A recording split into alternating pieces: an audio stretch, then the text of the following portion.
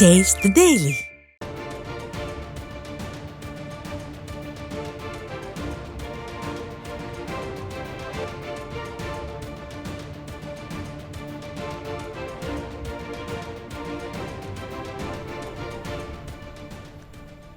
தென்காசி மாவட்டம் கடையநல்லூர் அருகே சாலையில் சென்று கொண்டிருந்த போது அரசு பேருந்தின் பின் சக்கரங்கள் கலன்று ஓடியதால் பரபரப்பு ஏற்பட்டுள்ளது.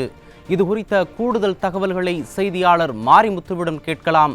வணக்கம் மாரிமுத்து, விபத்து தொடர்பான விவரங்களை பதிவு பண்ணுங்க.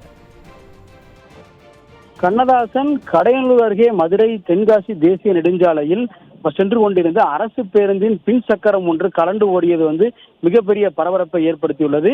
இந்த பேருந்தில் பயணம் செய்த 3 பள்ளி மாணவர்கள் உட்பட பலர் படுகாயமடைந்துள்ளனர்.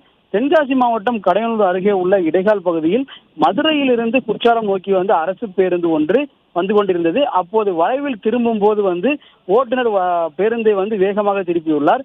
இதில் அந்த பேருந்தில் இருக்கக்கூடிய அந்த ஆக்சில் முறிவு ஏற்பட்டு திடீரென பின் சக்கரங்கள் முற்றிலுமாக கலந்து ஓடின. இதனால் பின்னாடி பின்பகுதியில் அமர்ந்திருந்த 3 மாணவர்கள் காயமடைந்தனர். மேலும் சிலர் லேசமான காயமடைந்தனர். ஏற்கனவே பேருந்துகளில் தரம் குறைவு மற்றும் உரிய சோதனைகள் இல்லை என கூறப்படும் வகையில் இது போன்ற புதிய பேருந்துகளும் இப்போது விபத்து ஏற்படுவது பொதுமக்களிடையே ஒரு மிகப்பெரிய ஒரு அதிருப்தியையும் அதிர்ச்சியும் ஏற்படுத்தியுள்ளது.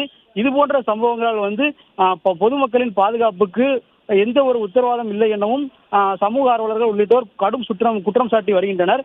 மேலும் இது போன்ற பேருந்துகளை தரமான ஆய்வுக்கு உட்படுத்திய பிறகே வழித்தடங்களை இயக்க வேண்டும் என கோரிக்கையும் எழுந்துள்ளது.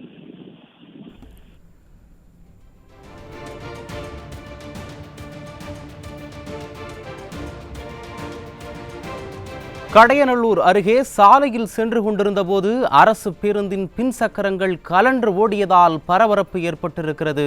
விவரங்களை வழங்கியமைக்கு நன்றி மாரிமுத்து.